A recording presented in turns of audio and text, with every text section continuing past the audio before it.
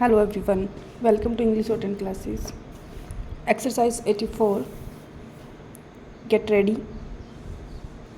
Start. I am glad that the government is thinking in terms of the small growers.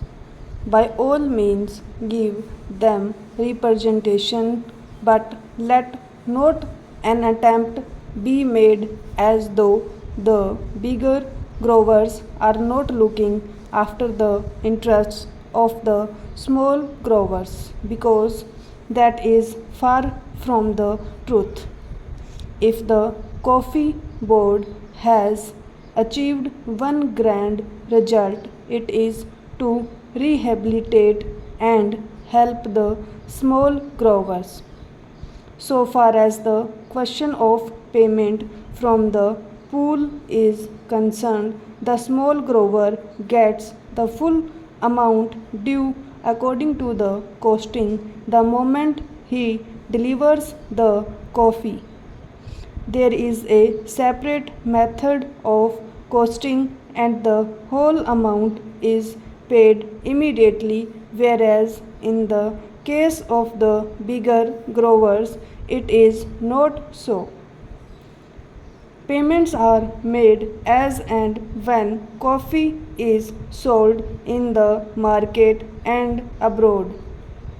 Supposing this aid was not there for the small grower, what would have happened?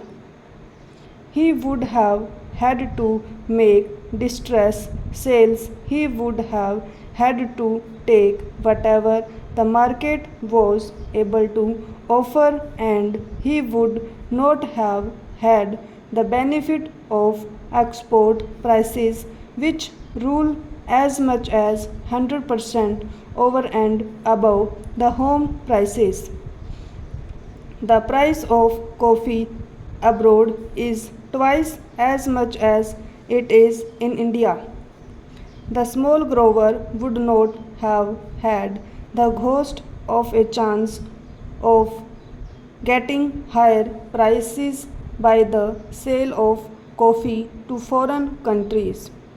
Not only that, he also gets his basic price immediately on delivery of the coffee to the pool. Over and above all this, he gets the benefit of all the scientific research which he would not have otherwise got.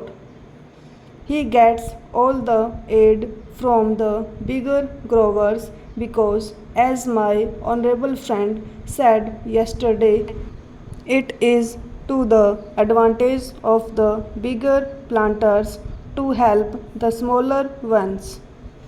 There is a disease which is communicable and which can destroy the neighboring states. So, in these multifarious ways, the small growers are today helped, and they are immensely thankful to the bigger growers and to the coffee board. Now, a special plea is sought to be entered on behalf of the small growers.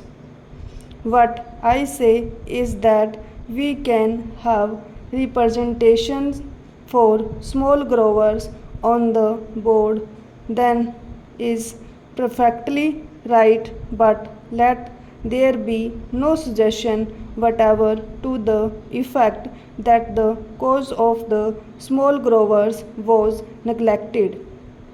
That is not correct.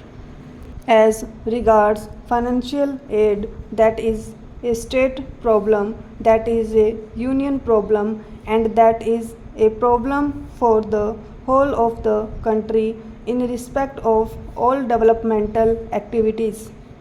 One thing I must say, and that is that there are obvious limitations for the small growers. The acreage is limited and they cannot spread beyond that. They have got their paddy fields and their plantain gardens, and so due to limitations they cannot spread over.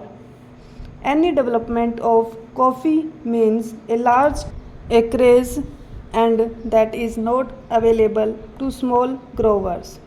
Even if they have got the capacity, it is very difficult for them to find forest lands nearby. It is not easily possible for any man to go over 50 miles and then take up a jungle. So the small growers have their own limitations. I am not going into that, but what I do say is that this idea introduced for the first time here in the parliament, that the interests of the small growers have got to be specially protected, is I submit a policy which will create a difference between the bigger grower and the small grower. I submit that there is no reason whatsoever to distrust the plantation industry and deny them the right to select their own representatives and to introduce the word nomination here. Why should we have nomination? If there is need for separate representation for the small growers, why should we not reserve a seat in each place for the small grower? That is the easiest and best way to give representation to the small growers. This can easily be done, and therefore I submit that the words or nominated may kindly be deleted from the bill.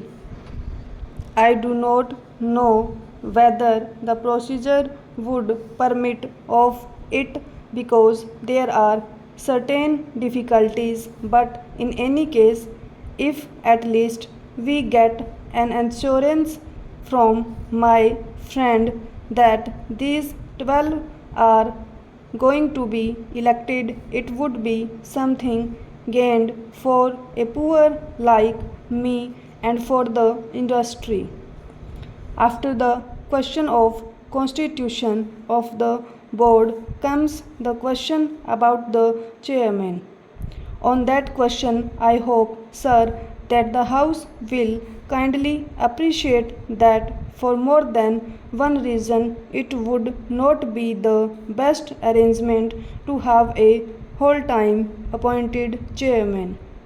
There are two suggestions in this connection.